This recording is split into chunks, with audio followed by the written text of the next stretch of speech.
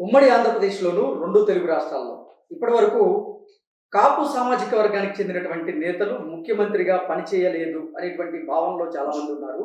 కానీ అది అవాస్తవం. నీలం సంజీవరెడ్డి, కాపు బ్రహ్మానందరెడ్డి, విజయభాస్కర్ రెడ్డి వీరందరి పేర్లలో రెడ్డి అనేటువంటి పదం ఉంది. కానీ వారు కాపు సామాజిక వర్గానికి చెందినవారు అంటూ కాంగ్రెస్ పార్టీ సీనియర్ లీడర్ అయినటువంటి తులసిరెడ్డి గారు కొన్ని కామెంట్స్ చేశారు. ఈ కమెంట్స్ మీద మనం పూర్తి స్థాయిలో విశ్లేషణ చేసుకునేటువంటి ప్రయత్నం చేద్దాం. ప్రస్తుతం మనతో పాటున్నారు హోంశాఖ మాజీ మంత్రి అయినటువంటి ఎంవి మైసూరారెడ్డి గారు. వారితో మాట్లాడారు. సార్ నమస్తే సార్. నమస్తే సార్, ఇప్పటి వరకు ఇటు ఉమ్మడి ఆంధ్రప్రదేశ్లోను 2 తెలుగు రాష్ట్రాల్లోనూ కాపు సామాజిక వర్గానికి చెందినటువంటి నేతలు ముఖ్యమంత్రి అయినటువంటి దాఖలాలు లేవనేటువంటి భావనలో అందరూ ఉన్నారు. కానీ నీలం సంజీవ్ రెడ్డి కానివ్వండి, అలాగే కాసు బ్రహ్మానంద రెడ్డి కానివ్వండి, విజయభాస్కర్ రెడ్డి కానివ్వండి, వీరందరి పేర్లలో రెడ్డి అనేటువంటి పదం ఉంది. కానీ వారు కాపు సామాజిక వర్గానికి చెందినవారు అంటూ కూడా కాంగ్రెస్ పార్టీకి సీనియర్ లీడర్ అయినటువంటి తులసిరెడ్డి గారు కొన్ని కమెంట్స్ చేశారు. ఏంటి సార్ అసలు రెడ్డి అనేటువంటి కులం లేదా? దీన్ని ఎలా చూడాలి? తులసిరెడ్డి చెప్పిన మాట వాస్తవమే. ఓకే. రెడ్డి అనేది కులం లేదు, ఓకే, ఎక్కడ లేదు. ఈ రెడ్డి అనేది కాపు కులమే ఉండేది మొత్తం అంతా. ఓకే. మేము కూడా రాయలసీమ రెడ్డిని కూడా గతంలో ఎన్జీ రంగా ఉద్యమం జరిగినప్పుడు అందు కూడా మేము చెప్తున్నాం, ఇది కోస్తా ఆంధ్రలో ఉన్న కాపులకు మీరు మేము ఒకటేనయ్యా, వేరు కాదు. మీరు కాపు సామాజిక వర్గమే, మేము కాపు సామాజిక వర్గమే, వేరు కాదు అని అంటే వాళ్ళు కొంచెం బిలీవ్ చేయటం లేదు. ఎందుకంటే కానీ మేమైతే రాయలసీమలో కాపు సామాజిక వర్గం అంటే కనుక కాపు సామాజిక వర్గమే ఉంటుంది. అందరికీ సర్టిఫికెట్లు ఉంటాయి కదా, అప్పుడు ఎస్ఎల్సి, ఇప్పుడు 10th క్లాస్ సర్టిఫికెట్లు. ఆ సర్టిఫికెట్లలో కాపు సామాజిక వర్గంలోనే రాస్తారు. రెడ్డి అని ఎవరు పెట్టుకుంటారు అని అంటే, రెడ్డి అనేది టైటిల్, నాట్ క్యాస్ట్. రెడ్డి అంటే టైటిల్. అంటే ఇప్పుడు మా పూర్వీకులు కానీ ఎవరైనా కానీ గ్రామంలో ఇంతకుముందు గ్రామాధికారులు ఉండేవాళ్ళు, వాళ్ళని రెడ్లు అనేవాళ్ళు. రెడ్లు కర్ణాలు ఉన్నాయి. రెడ్లు కర్ణాలను ఎన్టీ రామారావు గారు వచ్చినప్పుడు రెడ్డి కర్ణాల వ్యవస్థను రద్దు చేశారు, మీకు గుర్తుంటే ఉంటుంది. ఆ రద్దు చేయకముందు రెడ్లు కర్ణాలు ఉండరు. రెడ్లు మాత్రం అటువంటి వాళ్ళకు మాత్రం రెడ్డి అని పిలుస్తున్నారు గ్రామంలో. మామూలుగా అయితే కనుక కాపోలు ఇల్లు అక్కడ ఉండాయిపో అని అంటారు. రెడ్డిళ్ళనే కాపోలు ఇళ్ళు అని పిలుస్తారు. ఇప్పటికీ రెడ్డిళ్ళని పిలవరు ఎవరు. ఒక్క ఈ రెడ్డి పని చేసింటారు చూడు గ్రామాధికారులు, వాళ్ళని రెడ్డేరు అనేవాళ్ళు. అంతేగాని అది కులం కాదు, టైటిల్.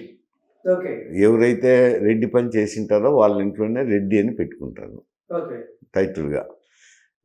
అంతేగాని ఈ కులం అనేది లేదు. కులం అనేది కాపునే. అది ఇక్కడైనా కానీ అక్కడైనా కాపులు ఒకటే మేము చెప్తాను. అప్పుడు ఎన్జీ రంగా ఉద్యమం అప్పుడు కూడా హత్య జరిగిన తర్వాత ఉద్యమం జరిగింది కదా, అప్పుడు చాలా చోట్ల చెప్పినాం బహిరంగ సభల్లో కూడా, మీరు మేము ఒకటేనయ్యా, వేరు కాదు అని కూడా చెప్పినాం. సో ఆ లెక్కను చూసుకున్నట్లయితే కాపు సామాజిక వర్గానికి చెందినటువంటి నేతలు ఇప్పటివరకు చాలా మంది ముఖ్యమంత్రిగా పనిచేసినటువంటి దాఖలాలు ఉన్నాయి. వాళ్ళు తీసుకోవచ్చు, తీసుకుంటారా లేదా అనేది వాళ్ళకు సంబంధించిన వ్యవహారం. మేమైతే రాయలసీమలో ఉండే రెడ్లందరం కాపు సామాజిక వర్గమే అంటాము. మాకు రాసేది కూడా సర్టిఫికేట్ కూడా అట్నే వస్తుంది. ఎవరన్నా రెడ్డి పని చేసిన వాళ్ళకు రెడ్డి టైటిల్ వస్తుంది. అంటే పేర్లలో రెడ్డి అని రావడం ఒక ఎత్తు అయితే సార్, అంటే సర్టిఫికేట్ లో ఇప్పుడున్న వాళ్ళలో కొంతమందికి సర్టిఫికేట్ లో క్యాస్ట్ కూడా రెడ్డి అని వస్తుంది. అది ఎలా సాధ్యమైందంటారు? క్యాస్ట్ మాత్రం మాకు కాపునే ఇస్తారు. రాయలసీమ ప్రాంతం వరకే అలా ఉందా, లేదంటే మాకు మొత్తం అంతా ఉంటుంది. కాకపోతే గోదావరిలోను కొన్ని చోట్ల వాళ్ళు రెడ్డిని రాయించుకుంటున్నారు. 5వ తరగతి చదివేటప్పుడు రెడ్డి అని చెప్తే రెడ్డి అని రాస్తారు. వాళ్ళకేముంది టీచర్లకు, అంతే కదా, టీచర్లు రాసినట్టే కదా సర్టిఫికేట్లు వచ్చేది. మామూలుగా అయితే రెడ్డి అయితే కులం లేదు. మరి రెడ్డి రాజులకు సంబంధించినటువంటి చరిత్ర ఘనంగా చెప్తూ ఉంటారు, వాళ్ళ వైభవం గురించి. రెడ్డి రాజులు అన్నా కానీ వాళ్ళు కూడా కాపు వంశస్థులే. రెడ్డి రాజులు అన్నా కాపు వంశస్థులే అంట. రెడ్డి అనేది టైటిల్ మాత్రమే, కులం లేదు. మరి అంటే సార్ కాపుల్ని కాపులుగా చూపిస్తూ కాపుల్లో మళ్ళీ ఉపకులాలు చూపిస్తూ ఉంటారు. బలిజ, తెలగ, రెల్లి ఒంటరి, ఇవన్నీ కూడా కాపు సామాజిక వర్గంలో ఉపకులాలుగా వాటిని. ఉపకులాలు కాదు. ఈ వెంకట్రావు అని ఉన్నాడు కదా, ఉమ్, ఆయన కాపులను ఏకం చేసేటప్పుడు రాయలసీమలో ఉండే బలిజలను ఇతర కులాలు ఒంటరి తుంటరి అని నార్త్ కోస్టల్ ఆంధ్రలో ఉంటారు. ఉమ్, వాళ్ళందరినీ కలిపి ఒక వర్గం చేసినారు అంతే, ఉపకులాలు కాదు అవి. ఉమ్. వర్గంగా కూడగట్టినాడు అంతే. ఆ కులాలకు ఆ కులాలు వేరు. అయితే కాపులు మీరు మేము ఒకటేనని ఆయన ఏకం చేసినారు. అంతేగాని ఈ కులంలో ఉపకులాలు కాదు అవి. ఉమ్. అంటే కాపు వేరు, కాపులో ఉన్నటువంటి ఉపకులాలు కూడా వేరంటారు. వేరు కదా, వేరు. సంబంధమే లేదంటారు. ఒంటరి తుంటరి అనేటి వేరు కులాలు ఉంటారు. మరి బలిజ, తూర్పు కాపులు వేరు, బలిజ, రెల్లి. బలిజ కూడా వేరే. ఓకే సార్, కాపుల్లో ఎవరెవరు వస్తారు మరి? కాపులు అంతే ఒకటే. కాపులు ఓకే. ఎవరెవరు వచ్చేది ఏముంది, కాపు ఒకటే. సామాజిక వర్గానికి చెందిన వారు మాత్రమే కాపులు, కాపు. అంతేగాని కాపుల్లో అసలు ఉపకులాలనే లేవంటారు. లేవు. ఓకే. అంటే మరి కాపు ఉపకులాలుగా ఉన్నటువంటి బలిజ, తెలగ, ఒంటరి, రెల్లి వీళ్ళందరూ ఉపకులాలు కులమా లేదంటే అవి అసలు కాదు, అవి ఉపకులాలు కాదు. ఉమ్, అవి సపరేట్ కులాలే. బలిజ, ఒంటరి, తుంటరి, ఇవన్నీ ఈ రెల్లి ఇవన్నీ వేరే కులాలు. ఉమ్, అయితే అతను వెంకట్రావు ఉన్నప్పుడు మనం అంతా ఒకటేని కలిపినాడు వర్గంగా, ఓకే. అంతేగాని కులాలు వేరే. ఉమ్. అసలు రెడ్డి అనేటువంటి కులం అనేది లేదంటారు. లేదు, రెడ్డి అనేది కులం లేదు. ఓకే. అంటే కర్ణాటక వైపు వెళ్తే అటు సైడ్ సార్. కర్ణాటక వెళ్ళినా అంతే, ఎక్కడికి వెళ్ళినా అంతే. ఓకే. అంటే పూర్వకాలంలో గ్రామ వ్యవస్థల ఆధారంగా ఈ రెడ్డి అనేది రెడ్డి అనేది ఆ కుటుంబంలోని వాళ్ళు మాత్రమే రెడ్డిని పెట్టుకునేవాళ్ళు, మిగతా వాళ్ళు పెట్టుకునేవాళ్ళు కాదు. ఓకే. ఇప్పుడు మెగాస్టార్ చిరంజీవి గారు అలాగే పవన్ కళ్యాణ్ గారు వారు కాపులు కాదు, వారు వేరే కులానికి చెందిన వారంటూ కూడా తులసిరెడ్డి గారు కొన్ని వ్యాఖ్యలు చేశారు. అంటే చిరంజీవి వాళ్ళను నేను కాపులు కాదని నేను ఎట్టంటాను. ఆ, కాపు సామాజిక వర్గానికి చెందిన వాళ్ళే కదా. నేనైతే నా అభిప్రాయం ప్రకారం వీళ్ళు వాళ్ళు మేమందరం ఒకటేనని లెక్క. ఓకే. ఓకే. అక్కడ రెడ్డిని పెట్టుకునే వాళ్ళు లేదు, అటువంటిది కులమే లేదు అంటే రెడ్డి కులమే లేదు. ఓకే. సో రెడ్డి అనేది అసలు కులమే కాదు. కులం కాదు, టైటిల్ అది. ఇంకా ఇప్పుడు ఆంధ్రప్రదేశ్లో కనుక చూసుకున్నట్లయితే 2024లో జరిగినటువంటి సార్వత్రిక ఎన్నికల్లో ప్రజలు ఇచ్చినటువంటి తీర్పు ప్రకారంగా అక్కడ కూటమి ప్రభుత్వం కొలువుదీరింది. అయితే పరకాల ప్రభాకర్ గారు దాన్ని ఉద్దేశించి అది ప్రజలు ఇచ్చినటువంటి తీర్పు కాదు, ఈవీఎం రిజల్ట్, అది ఈవీఎం మ్యానిపులేషన్ జరిగింది, దానివల్లే అంటే ఈవీఎం ట్యాంపరింగ్ వల్లే ఈ ఫలితం వచ్చింది, ఇప్పుడు కూటమి ప్రభుత్వం కొలువుదీరింది అన్నట్టుగా ఆయన ఒకటి తెర మీదకి తీసుకొచ్చారు. దీని మీద మీ అభిప్రాయం ఏంటి సార్? ఇది ఈవీఎంల పట్ల పరిజ్ఞానం లేని వాళ్ళు మాట్లాడేది. జనరల్గా చెయ్యి. అందులో రాజకీయ పార్టీలు కూడా దీనికి ఊతమిస్తాయి. ఎందుకంటే ఎవరు ఓడిపోతే వాళ్ళు ఈవీఎంల వల్ల ఓడిపోయినాము అని చెప్పుకోవడం వాళ్ళు రివాజ్ అయిపోయింది. కానీ వాస్తవానికి అది కరెక్ట్ కాదు. ఇప్పుడు ఆడ కూటమి ప్రభుత్వం వచ్చిందనే కాదు, పైన ఎన్డీఏ కూటమి వచ్చిందని కాదు, ఎవరు వచ్చినా కానీ నేను రాజ్యసభ మెంబర్గా ఉన్నా తెలుగుదేశంలో. రాజ్యసభ మెంబర్గా ఉన్నప్పుడు నేను అప్పుడు ఢిల్లీలో వచ్చినాను కదా, 6 మాసాలు ఢిల్లీలో, 6 మాసాలు ఇక్కడ ఉండాల్సింది వస్తుంది. తప్పదు మాకు అది. పార్లమెంట్ సెషన్స్ అయితేనేమి, కమిటీ మీటింగ్ అయితేనేమి, ఇతరత్ర పనులు ఉంటాయి కాబట్టి ఉండి తీరాల్సింది వస్తుంది. మొత్తం మీద సంవత్సరంలో 6 మాసాలు ఉండాల్సింది వస్తుంది. నేను అక్కడ క్వార్టర్స్ అందించినారు, ఉన్నప్పుడు తెలుగుదేశం పార్టీ అధ్యక్షులు చంద్రబాబు నాయుడు గారు ఒక టెక్నికల్ మ్యాన్ను నాకు పరిచయం చేసినారు. ఈయన ఈవీఎంలో బాగా పనిచేసినాడు, ఈవీఎంలో ఇది ట్యాంపర్ చేయొచ్చును అని, ఇది ఎన్నికల కమిషన్తో కల్పించాల్సింది వస్తుంది, ఈయన ఢిల్లీకి వస్తాడు, నిన్ను కలుస్తాడని. సరే వచ్చినారు. ఆయన కలిసినప్పుడు నేను వీళ్ళను ప్రతిపక్షాలను కూడా పిలిపించాను, కమ్యూనిస్టులను, అప్పుడు ఉన్నాయి కదా ప్రతిపక్షాలన్నీ, వాళ్ళందరినీ పిలిపించాను. పిలిపించినప్పుడు ఈయన డెమాన్స్ట్రేషన్ చేసినాడు. ఒక ఈవీఎం తీసుకొచ్చి నొక్కమన్నాడు అందరినీ. నొక్కితే అన్నీ కాంగ్రెస్కే పోతున్నాయి ఓట్లు. అందరూ ఇది ఎలక్షన్ కమిషన్కి ఇమీడియట్గా రిప్రజెంట్ చేయాల్సిందే, మీరు అపాయింట్మెంట్ తీసుకోండి అని అందరూ అన్నారు. సరే ఎన్నికల కమిషన్ పోయి అందరూ రిప్రజెంట్ చేసినారు. చేసి అంటే వాళ్ళు ఎన్నికల కమిషన్ త్రోసిపుచ్చినారు, ఇది జరిగేదానికి అవకాశమే లేదు అని. తర్వాత ఎందుకు చెప్తున్నామంటే ఎక్స్ప్లెనేషన్ ఇచ్చారు. ఈవీఎంలు డిఆర్ఎం ఉంటారు, అంటే జిల్లాలో కలెక్టర్ తర్వాత జాయింట్ కలెక్టర్ తర్వాత డిఆర్ఎం ఆయన ఉంటారు. ఆయన ఆధ్వర్యంలో ఉంటాయి కౌంటింగ్ యంత్రాలన్నీ పోయి ఎన్నికలు అయిపోతేనే ఆయన దగ్గర షోరూంలో పెట్టి ఆయన దగ్గర ఉంటాయి అన్నమాట. ఎన్నికలు ప్రకటించిన వెంటనే జిల్లాలో రాజకీయ పార్టీలు ఉంటారు కదా, రాజకీయ పార్టీలను ప్రతినిధులు ఉంటారు కదా, వాళ్ళని రమ్మంటారు. ప్రతి రాజకీయ పార్టీకి ఉంటారు కదా ఏజెంట్లను, ప్రతినిధులు అంటాను. ప్రతినిధులను పిలిపించి వాళ్ళకు ఓట్లు వేయమంటారు. ఒక 100 ఓట్లు వేయమంటారు. ఒక 10 మిషన్లు మీరే తెచ్చుకోపోండి అంటారు. 10 మిషన్లు తెచ్చి పెట్టిన తర్వాత 10 మిషన్లలో ఓట్లు వేయిస్తారు, మాక్ పోలింగ్ జరిపిస్తారు. దాన్ని మాక్ పోలింగ్ అంటారు. జరిపించినాక టాలీ చేసి చూస్తారు. టాలీ చేసినాక అందరూ సమ్మతించిన తర్వాత, రాజకీయ పార్టీ ప్రతినిధులు సమ్మతించిన తర్వాత జిల్లా రాజకీయ పార్టీ అవి నియోజకవర్గ స్థాయి అధికారులకు పంపిస్తారు. డివైడ్ చేసి ఎన్ని అవసరం ఉంటాయో అన్ని, ఏ నియోజకవర్గానికి ఎన్ని అవసరం ఉంటాయో అవి పంపిస్తారు. పంపించినాక నియోజకవర్గంలో అనేతరికి అభ్యర్థులు వస్తారు. అభ్యర్థులకు జనరల్ ఏజెంట్లు ఉంటారు.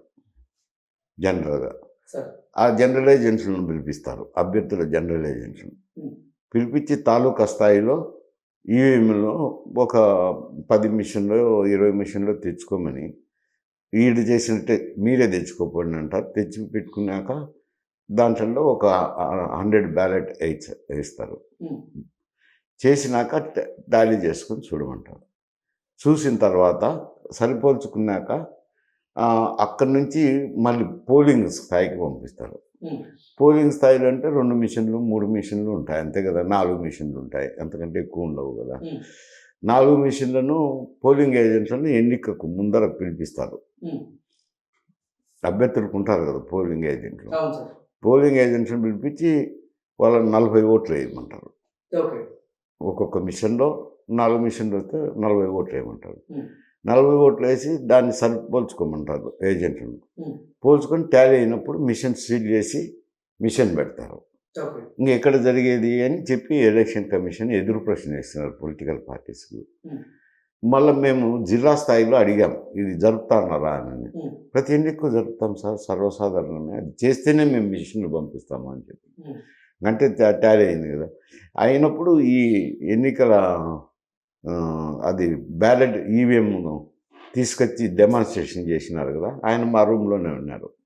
ఆయన్ని కూడా అడిగా, ఏంటయ్యా మరి ఇది ఎట్లా ఏం సమాచారం రిమోట్ కంట్రోల్తో చేస్తారా అని అంటే, సార్ మన భారతదేశంలో ఉండే ఎలక్ట్రానిక్ మిషన్లో రిమోట్ కంట్రోల్ లేదు, ఇండివిజువల్ మిషన్ అది. ఏ మిషన్ ఆ మిషన్ ఇండివిజువాలిటీ ఉంటుంది, దాంట్లో రిమోట్ పని చేయదు అని.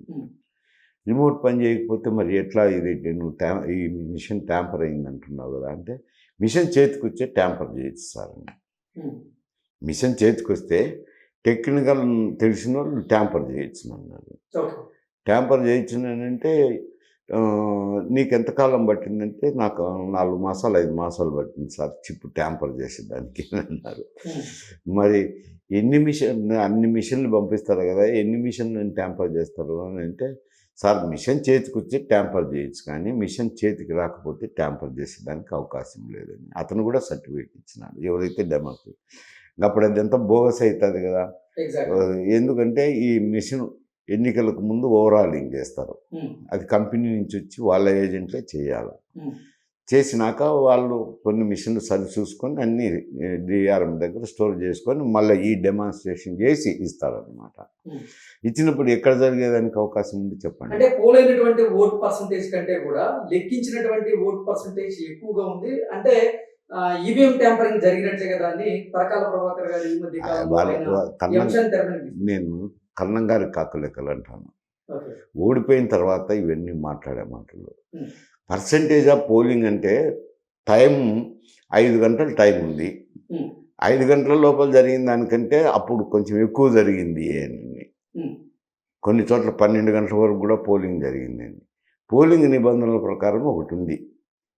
టైం అయిపోయినా కూడా క్యూలో ఉన్నారనుకో టోకన్లు ఇస్తారు. టోకన్లు ఇచ్చినాక వాళ్ళు అయిపోయినంత వరకు ఎక్స్ట్రా టైంలో పోలింగ్ చేసుకోవచ్చు. 8 గంటలకు అయిపోతారా, 9 గంటలకు అయిపోతారా, 10 గంటలకు అయిపోతారా, 11 వచ్చిండొచ్చు కదా, నిల్చో ఉండొచ్చు. ఎందుకంటే భారీగా పోలింగ్ జరిగింది కాబట్టి కొంచెం లేటుగానే వచ్చింటారు. వచ్చి వాళ్ళు ఓటు వేసినప్పుడు అవి లేట్ అవుతుంది కదా పోలింగ్ జరిగేది. అంతేగాని ఈ ఏం చేస్తారు, వాళ్ళ ఏజెంట్లు ఉంటారు కదా, ఊరికి ఇప్పుడు వచ్చి ఈయన ఇలా మాట్లాడితే కూర్చొని ఎట్లయితుంది.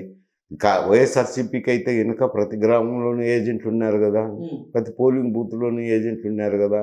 ఎందుకంటే ఆయన అధికారంలో ఉన్నాడు.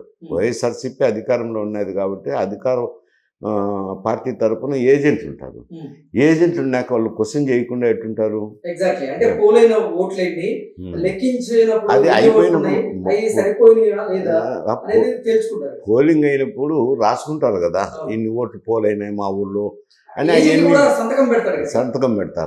సంతకం పెడతారు. మాకు వచ్చినప్పుడు కూడా శాసనసభ్యత్వం ఒక నిలబడిన అభ్యర్థి దగ్గరికి వచ్చినప్పుడు, సార్ మా ఊళ్ళో ఇన్ని అయినాయి, మా ఊళ్ళో ఇన్ని అయినాయి అని చెప్తా అంటున్నాను. చెప్పినాక అవన్నీ సరి చూసుకోవాలి కదా. చూసుకోకుండా ఓడిపోయి ఏం కొల్ల కింద పడినా అంటే అదొక లగులు ఎత్తా అన్నాడంట. అట్టగా ఉంది. అంతేగాని దీంట్లో నేను ఏమాత్రం జరిగేదాన్ని అనుభవపూర్వకంగా మీరు చూసింది ఏంటంటే ఈవీఎం ని ట్యాంపరింగ్ చేసేటువంటి ఆ పరిస్థితులు అయితే లేవు. లేదు. పోలింగ్ కూడా ఊరికి దొంగ ఓట్లు వేసుకునేదానికి అవకాశం లేదు. ఎందుకంటే వాళ్ళ అధికారంలో ఉండి మాట్లాడడం సిగ్గుచేటు అంటారు దాన్ని. ఎందుకంటే అధికారంలో పెట్టుకొని అధికారంలో ఉండి దొంగ ఓట్లు పడినాయని చెప్పుకోవడం సిగ్గుచేటు అంటాను. అంటే ఈవీఎం ట్యాంపరింగ్ జరిగిందనేది తీసుకొస్తే వాళ్ళ ఏజెంట్ ని వాళ్ళు అవమానించినట్టు అంట కాదు. ఈవీఎం ట్యాంపర్లు జరిగేదానికే అవకాశం లేదు. గంటాపదంగా చెప్తాను. ఎవరితోనైనా చెక్ చేయించున్నాను. ఏ టెక్నీషియన్ దగ్గరికైనా వచ్చి మాట్లాడుతాను ట్యాంపరింగ్ చేసేదానికి.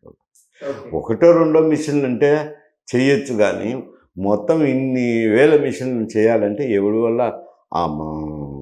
బెల్ అనుకుంటాను ఈ యంత్రాలను సప్లై చేసేది వాళ్ళ చేత కూడా కాదు అంటారు. ఓకే సార్, ఇప్పుడు నిజంగా దేశవ్యాప్తంగా ఎక్కడ చూసినా కానీ అఖిలాండ కోటి బ్రహ్మాండ నాయకుడు, కలియుగ ప్రత్యక్ష దైవం, దేవదేవుడైనటువంటి తిరుమల శ్రీవారి మహాప్రసాదంలో అంటే మహాప్రసాదమైన లడ్డూలో కలిపేటువంటి నెయ్యి గురించే మొత్తం డిస్కషన్ నడుస్తోంది. కల్తీ నెయ్యికి సంబంధించి అంటే ఎన్డీఆర్ఐ ఇచ్చినటువంటి రిపోర్ట్ ప్రకారంగా, ఎన్డీడీబీ ఇచ్చినటువంటి రిపోర్ట్ ప్రకారంగా అసలు అది నెయ్యే కాదు, దాంట్లో వెన్న శాతం కానీ పాలు కానీ లేవు అంటూ ఆ రిపోర్ట్ చెప్తూ ఉంటే, నెయ్యే కాదు అనేటువంటి విషయాన్ని ఇప్పుడు వైకాపా నేతలు పక్కన పెట్టేసి ఆ నెయ్యిలో జంతువుల కొవ్వు కలవలేదు, పంది కొవ్వు కానీ జంతువుల కొవ్వు కానీ కలవలేదు అనేది వాళ్ళు ధీమా వ్యక్తం చేస్తూ చెప్తూ ఉన్నారు. అంటే నెయ్యి కాదనేటువంటి విషయాన్ని తొక్కిపెట్టి జంతువుల కొవ్వు కావలేదనేది ప్రజలకు తీసుకెళ్లాలనేటువంటి ప్రయత్నం. బుకాయింపు అంటారు దాన్ని. బుకాయింపు అంటే తప్పును కూడా ఒప్పుగా చూపించుకోవడము.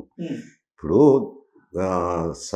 వాళ్ళైతే ల్యాబొరేటరీస్ అయితే టెస్ట్ చేసి ఆయిల్ కల్తీ జరిగింది అని చెప్పినారు, నెయ్యిలో కల్తీ జరిగింది అని చెప్పినారు. నెయ్యిలో కల్తీ ఏంటంటే పామ్ ఆయిల్ ఇటువంటివన్నీ వెజిటబుల్ ఆయిల్స్ కలిపినారు అనేది వాళ్ళ సర్టిఫికెట్. అది ఎక్కడో చంద్రబాబు నాయుడు అంటే రిపోర్ట్ రాకముందు ఆయన ఓవర్ అంబిషియస్గా కొవ్వు కలిపినారు, అవి కలిపినారు, ఇవి కలిపినారని మాట్లాడేటప్పుడు మాట్లాడతారు కదా ఎక్కువగా. మాట్లాడినది పట్టుకొని అది కలవలేదు కాబట్టి ఇంకా కల్తీనే జరగలేదైనా వాళ్ళు మాట్లాడేది. కల్తీ అయితే జరిగింది కదా, వెజిటబుల్ ఆయిల్తో కల్తీ చేసినారనేది ఒప్పుకున్నారు కదా, అందరూ ఒప్పుకున్నారు. ల్యాబొరేటరీ రిపోర్టు కూడా వచ్చినాయి. దానికి ఏముంది, సుబ్బారెడ్డి గారే టీటీ చైర్మన్గా ఉన్నప్పుడు కల్తీ జరిగిందన్నారు కదా. ఆయన ఏం చెప్తున్నారంటే సుబ్బారెడ్డి గారు కల్తీ జరిగి ఉండొచ్చు కానీ అది అధికారులు చేసి ఉండొచ్చు కానీ మాకు సంబంధం లేదు. అది సరే వేరే విషయం, అది సిట్ తెలుసాల్సిన విషయం. నేను ఆ వాటి జోలికి పోవటంలే. కల్తీ జరిగిందా లేదా అనే దానికి సుబ్బారెడ్డి గారే కల్తీ జరిగిందని ఒప్పుకున్నాడు కదా. ఇంకేముంది, అదే కల్తీ జరిగిందంటే భక్తుల మనోభావాలు దెబ్బతిన్నట్టే కదా సార్. అది అంటే వెజిటబుల్ ఆయిల్ కలిపినారనుకో, ఉమ్, ఏది మన పామ్ ఆయిల్ ఇట్లాంటివన్నీ తక్కువ రేటుకి వస్తాయి కదా, నీకంటే తక్కువ రేటుకి వచ్చేది రేట్లో కలిపినారు అనేది. వాళ్ళు ఇచ్చిన రిపోర్టుల్లో కూడా వెజిటబుల్ ఆయిల్స్ అన్నీ కలిసినాయని చెప్పి ఇచ్చినారు. ఉమ్, ఈయన ఏదో ఎప్పుడో ఒక సందర్భంలో ప్రెస్ కాన్ఫరెన్స్లో మాట్లాడింది పట్టుకొని ఇప్పుడు ఆవు నెయ్యి గోవు నెయ్యి లేదు, ఉమ్, అది కల్తీ కాదు అని ఒప్పుకున్నారు కదా, ఇచ్చినారు కదా సర్టిఫికేట్ అని అంటారు. అంటే దాన్ని బుకాయింపు అంటారు. కల్తీ జరిగింది వాస్తవమే కదా. ఓకే. ఎందుకు ప్రభుత్వం ఆ, మీద చెడ్డ పేరు ఎందుకు వచ్చింది అని అంటే, ఒకటి అధికారంలో ఉన్నది వైఎస్ఆర్సీపీ ప్రభుత్వము. అప్పుడు అప్పుడు అధికారంలో ఉన్నప్పుడు ఈవోను అపాయింట్ చేసేది ఎవరు, చైర్మన్ అపాయింట్ చేసేది వైఎస్ఆర్సీపీ ప్రభుత్వమే. చైర్మన్ టీటీడీ, ఈవోను అపాయింట్ చేసేది ఎగ్జిక్యూటివ్ ఆఫీసర్ను టీటీడీనే. ఏఈఓను అపాయింట్ చేసేది టీటీడీ ప్రభుత్వమే. స్టాఫ్ను అపాయింట్ చేసేది ప్రభుత్వమే కదా. వాళ్ళే చేసినారు కదా, దాని మీద నిఘా ఉండాలి కదా. ఏఈఓ ఉన్నాడు, ఈఓ ఉన్నాడు, చైర్మన్ ఉండి వాళ్ళు నిఘా పెట్టాలి కదా. ఎట్లా జరుగుతుంది అని కంప్లైంట్ వచ్చి దాన్ని సరిదిద్దాల్సిన బాధ్యత ఉంది. సరిదిద్దలేదని వింటున్నారు. సిట్లైనా చెప్పేది అదే, ఎవరు చెప్పినా అదే చెప్పేది.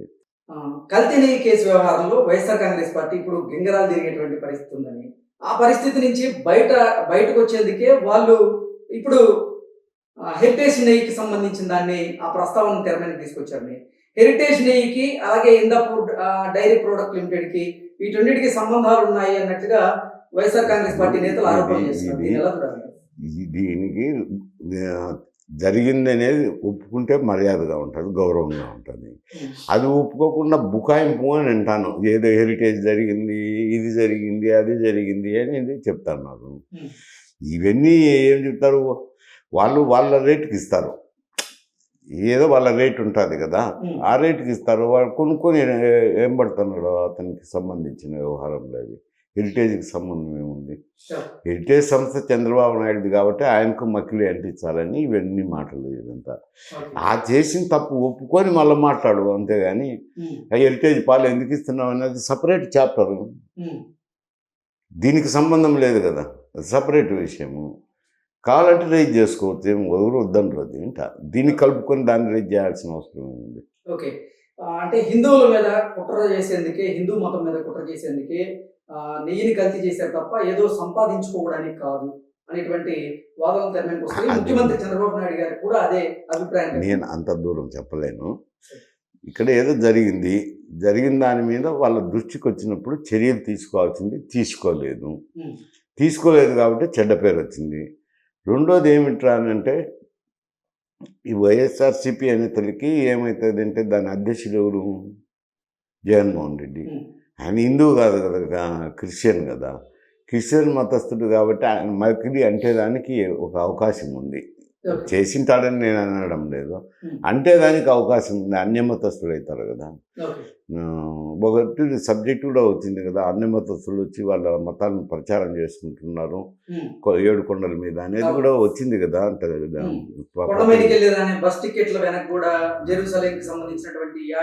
కొన్ని వచ్చినాయి కదా అంట. ఇవి కొంత ఉన్నప్పుడు జాగ్రత్తగా చూసుకోవాల్సింది, ఇటువంటి రాకుండా అంట. Okay sir, thank you sir.